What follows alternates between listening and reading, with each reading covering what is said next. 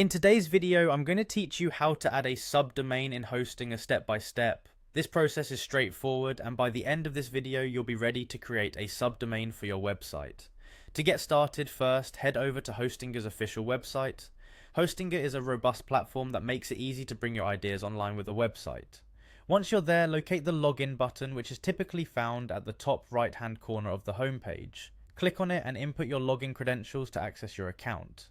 If you don't have an account already, you'll need to sign up, verify your email, and then log in. After logging in, you'll be directed to the Hostinger panel interface. This area, often referred to as the H panel, is where all the magic happens. On the homepage of your Hostinger dashboard, identify the Hosting tab.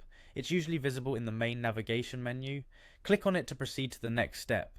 Now you should see a list of your available hosting options. Locate the Manage button next to the domain you wish to associate the subdomain with, and click on it. This action takes you into more detailed settings for your chosen domain. Once inside the management area for your domain, look for the Domains section. Typically it's listed among other options like files, databases, etc. Click on Domains to further expand your options. Within the Domains section, find and click on the Subdomains option. It's in this section where you'll manage and create your subdomains. Subdomains can be useful for organizing separate parts of your website, such as a blog or a store. In the subdomains area, you'll notice a button or a link that says Create a new subdomain.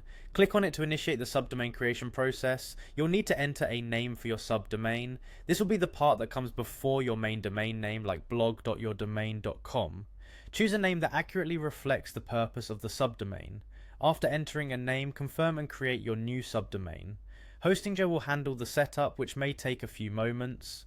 Once it's done, you should see your new subdomain listed in the subdomains management area, confirming that it is ready for use. And there you have it, your new subdomain is live and ready. You can now start adding content specific to this subdomain, or seek further customization as needed. Remember, a subdomain is a powerful way to expand your site's capabilities while maintaining organizational structure. Thanks for watching, and enjoy creating with Hostinger.